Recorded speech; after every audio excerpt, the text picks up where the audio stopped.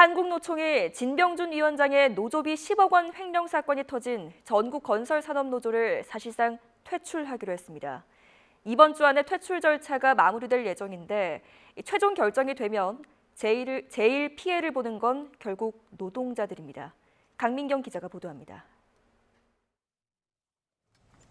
경기도의 한 아파트 건설 현장에서 일하는 김정원 씨. 목수이자 전국건설산업노조 소속인 김 씨는 요새 못질할 맛이 도무지 나지 않습니다.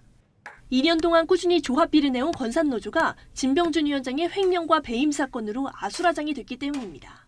우리는 이렇게 피땀 흘리면서 현장에서 정말 힘들게 번 돈을 자기 멋대로 사용한 거에 대해서는 정말 화가 나고요.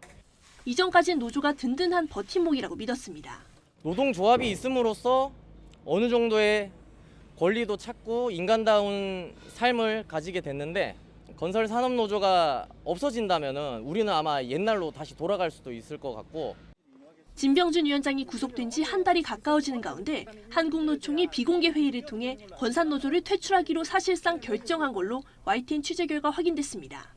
한국노총은 이번 주 최종 의결 기구격인 산별조합 대표자 회의를 통해 건산노조 제명을 최종 확정할 예정인데 이변 가능성은 없는 걸로 파악됩니다. 도무지 수습되지 않는 노조 내부 상황이 퇴출 결정의 이유로 꼽힌 걸로 전해졌습니다. YTN이 진 위원장의 10억 원대 노조비 횡령 사건을 처음으로 보도한 뒤 건산노조는 양쪽으로 갈려 치열하게 싸워왔습니다.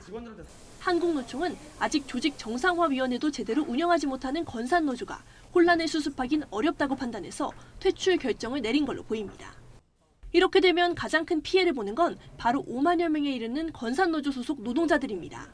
타워크레인 시장은 한국노총과 민주노총 소속의 조합원이 아니면 사실상 건설 현장에 취업하는 것이 불가능한 게 실정입니다.